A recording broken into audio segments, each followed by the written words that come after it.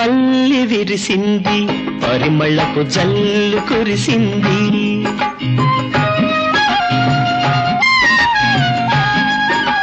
మల్లి విరిసింది పరిమళపు జల్లు కురిసింది ఎన్నో ఏళ్లకు మా ఇంట ఎన్నో ఏళ్లకు మా ఇంట పండినది నోముల పంట